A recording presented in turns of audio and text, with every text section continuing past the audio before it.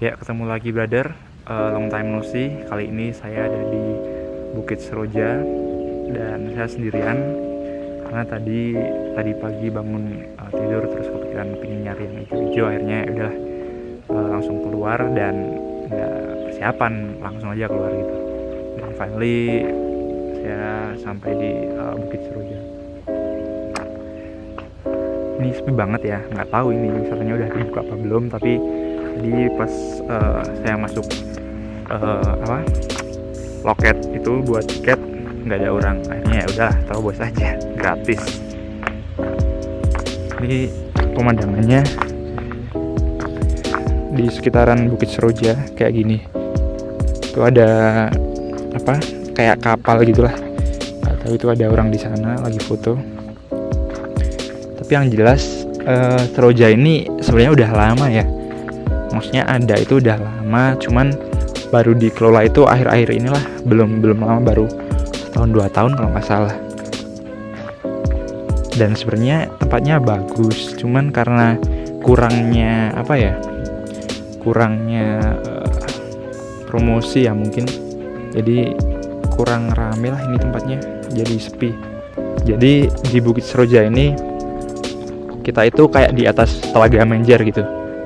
Nah, ini Telaga Menjernya di bawah sini. Nah, view-nya kan cakep banget kan sebenarnya. Ini Telaga Menjernya. Nah, tuh luas banget kan. Nah, cuman sayangnya ya, Seroja ini kurang terawat ya. Dulu pertama kali saya kesini itu di sini ada kayak ada bangunan-bangunan gitu lah, tapi sekarang udah nggak ada. Dulu belum dikasih paving, sekarang udah dikasih. Dan ini rumput-rumput liarnya banyak banget, dan ya kelihatan tempatnya nggak kerawat, padahal ya bagus banget. Nih.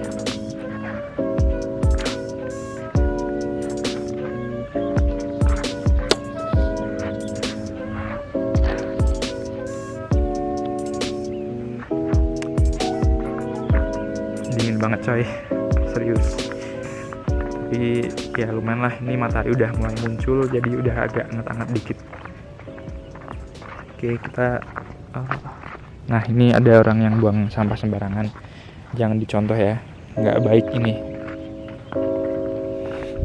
Dan kalian kalau mau kesini tuh juga bisa ngecamp teman-teman, kalian bisa ngecamp di sini, karena dulu juga awal kali Seroja dibuka itu juga banyak yang camp di sini.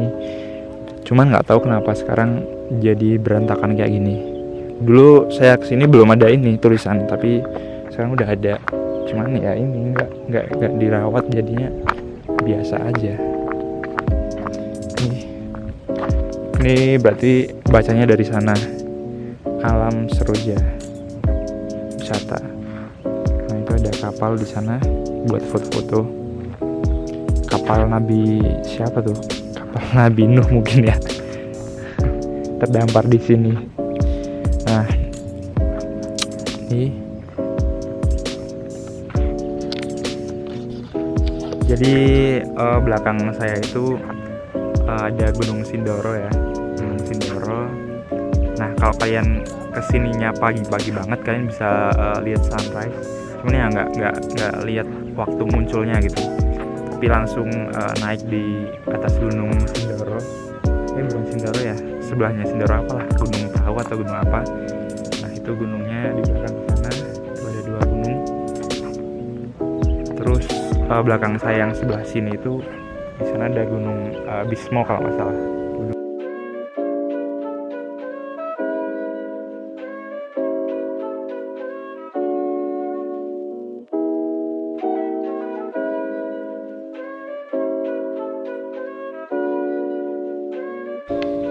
Ini saya mencoba mendekati kapal yang terdampar, kapal Nabi Nuh mungkin ya.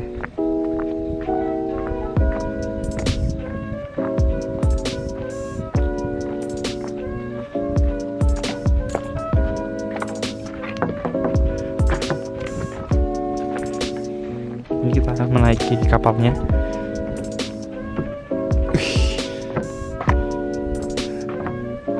Mari kita lihat pemandangan di balik kapal ini. Wih.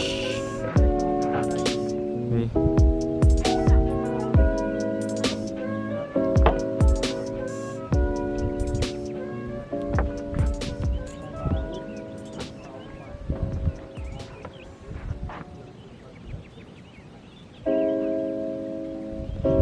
Pemandangannya cakep banget, brother.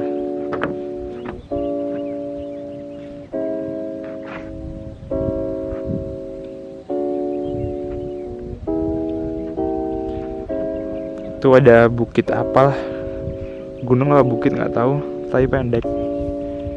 Terus itu ada kebun teh. Jadi tadi pas perjalanan kita ke sini tuh kita ngelewatin kebun teh ya. Kebun teh itu sepanjang inilah pokoknya, dari sana ini sampai ujung itu kebun teh semua. Nah belakangnya itu yang gede itu Gunung Sindoro dan sebelahnya lagi Gunung Kembang.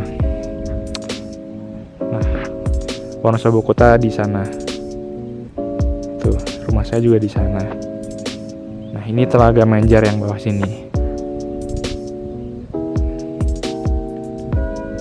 Suasananya enak sih, sepi gitu, masih alami gitu lah. Cuman ya ini nggak kerawat sayangnya. Ini juga kapal yang katanya habis 200 juta buat bangunnya, tapi cuman kayak gini.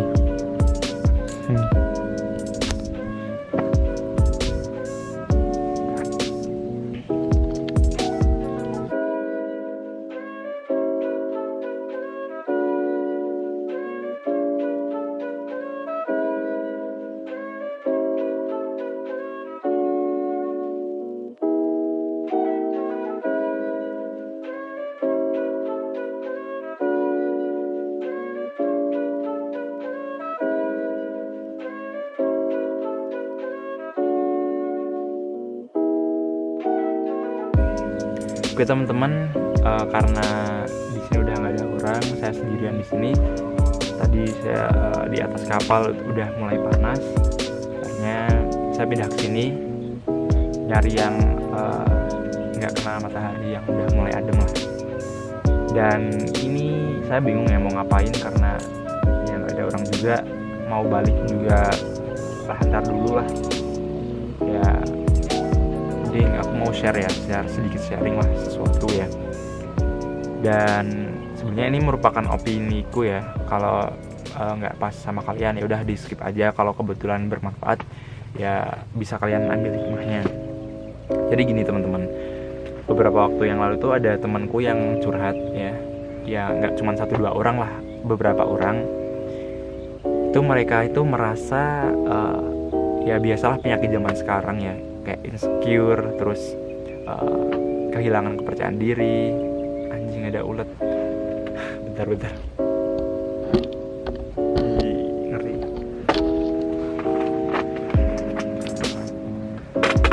Aku pegang aja lah. Kayak insecure, terus kehilangan kepercayaan diri ya. Dan mereka juga bahkan ada yang kehilangan eksistensi diri gitu. Ya menurutku wajar ya, karena teman-temanku ini kan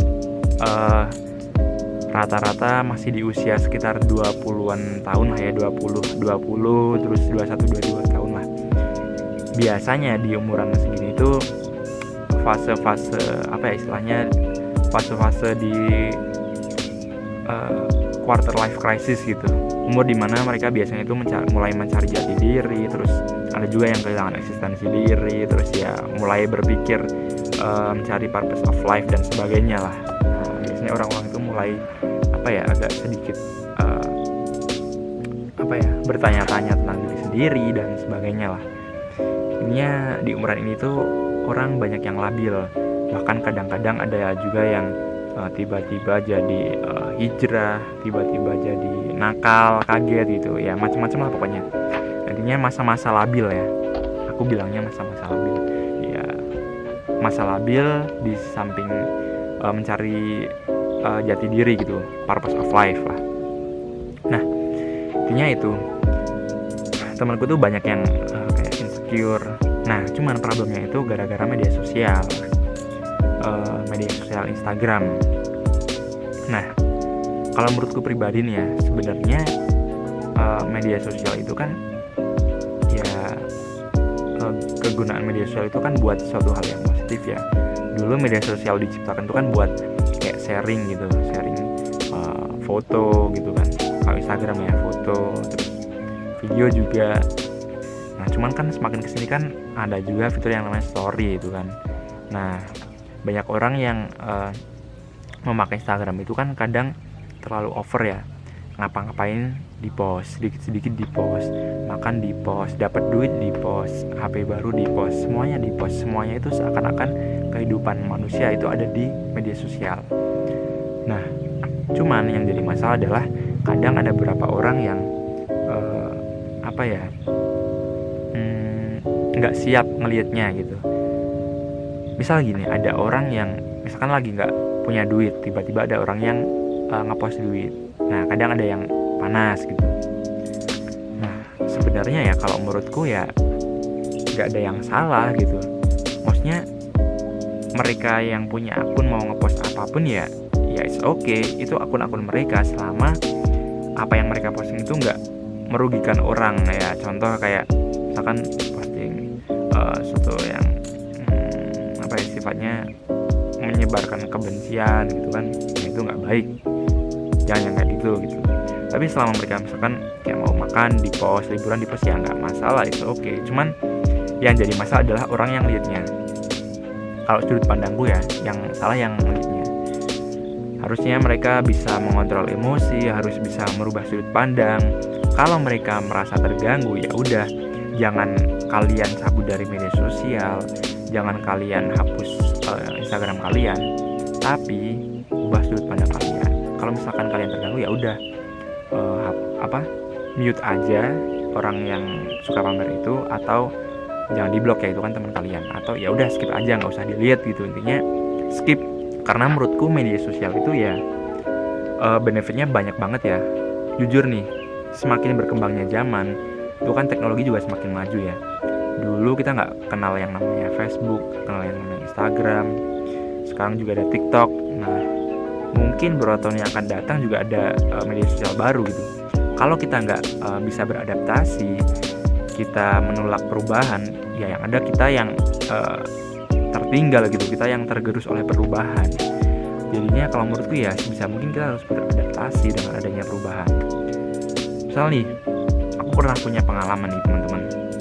Dulu waktu aku nyari tempat magang, dari pihak HRD-nya itu nanyain Instagramku. Dia mau lihat kepribadianku.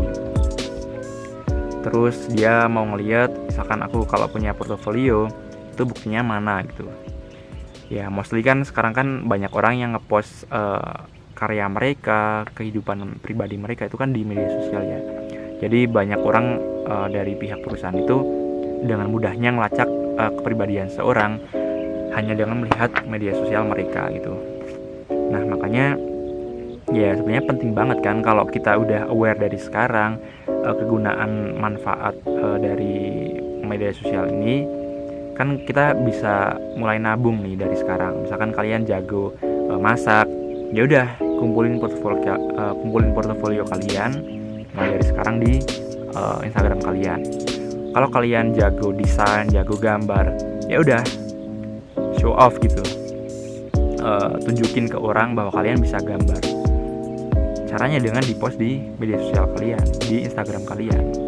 Kalau kalian bisa nyanyi ya it's okay, post aja skill kalian di media sosial kalian. Karena kalau kalian cuma diem aja di zaman sekarang ya orang nggak ada yang tahu gitu. Apalagi kalau kalian cabut dari media sosial, cabut dari Instagram, kalian bisa nyanyi, kalian bisa gitar, ya orang nggak ada yang tahu gitu.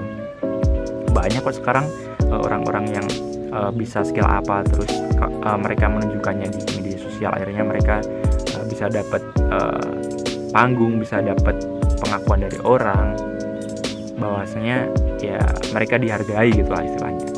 Tapi kalau kalian malah menolak perubahan dengan cabut dari media sosial, menurutku ya rugi banget ya.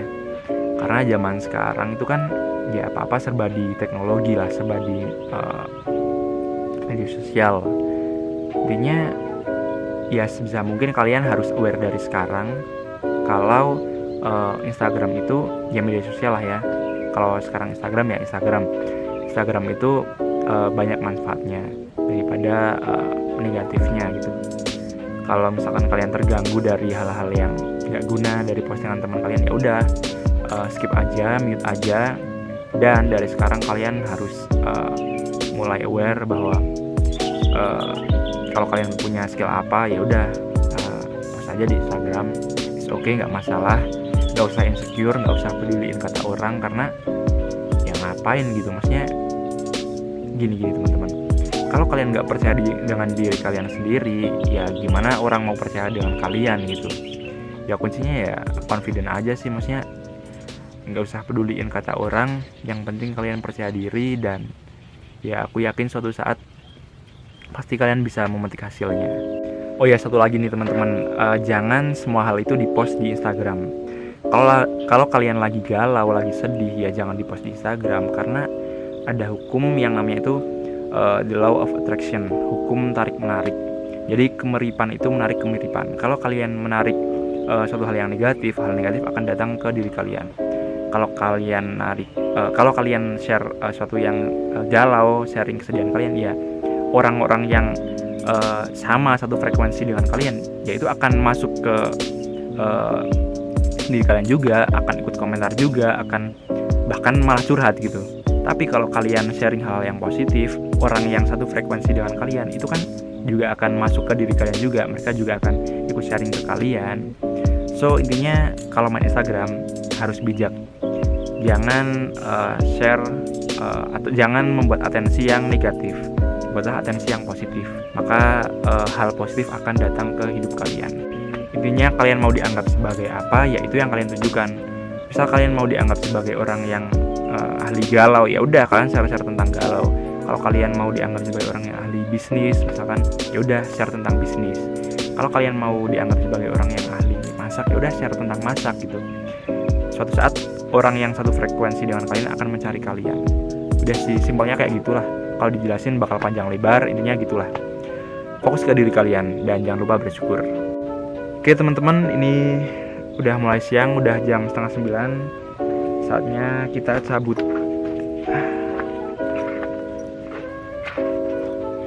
Ini udah mulai ada orang tuh, 2 bocil tuh di sana. Nah, itu ada 2 bocil. Oke, ini udah mulai panas, kita cabut aja lah ya. Kita pulang.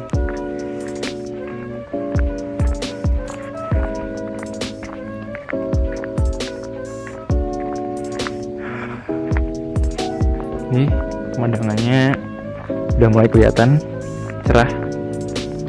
Jadi ini parkiran motornya di sini teman-teman. Harusnya di bawah ya, tapi aku bawa ke sini. Ini suasana parkirannya. Welcome to Seroja. Ini ada cafe, ada air juga. Cuci tangan dulu deh.